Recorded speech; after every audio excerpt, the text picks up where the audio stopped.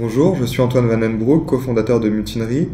Mutinerie, c'est un espace de travail collaboratif, un espace de coworking situé dans le 19e, un espace qui accueille des entrepreneurs, des startups, des freelances et des artistes. Dans un contexte de crise où on a du mal à créer de la valeur, la question de la répartition de la valeur est très importante. Et je pense concrètement à des initiatives ou des sociétés comme Airbnb ou Blablacar ou Jump, qui sont autant de sociétés qui visent à partager des ressources, en fait, des ressources non utilisées. Ces entreprises rencontrent souvent des barrières administratives parce qu'elles entrent en conflit avec des structures, disons des groupes d'intérêt déjà existants comme l'hôtellerie pour Airbnb ou l'univers des taxis pour Jump, par exemple. Je voulais savoir ce que vous comptiez faire justement au niveau réglementaire pour pouvoir permettre à ces nouvelles initiatives et ces nouveaux modèles d'émerger.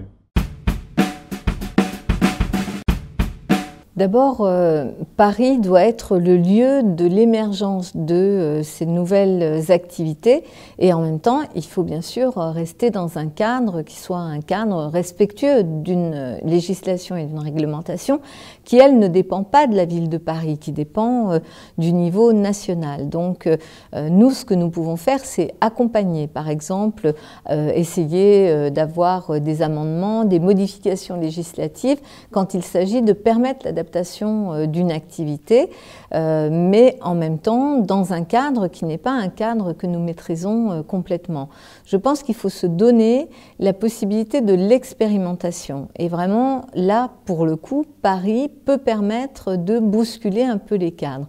En même temps, sur certaines activités, lorsqu'elles vont trop loin, je pense aux sites de location temporaire d'appartements qui finalement échappent complètement à la loi du marché local et qui font monter les prix d'une façon qui n'est pas acceptable parce qu'elle finit par tuer, y compris un marché locatif dans certains quartiers. Là, il faut un encadrement pour les empêcher. Mais ce n'est pas le champ collaboratif. Dans le champ collaboratif, il y a du partage, il y a les partages d'appartements, tout cela, ça ne pose pas de problème en soi. Et donc, on peut effectivement essayer, par le biais des parlementaires avec lesquels nous travaillons, de faire bouger la loi.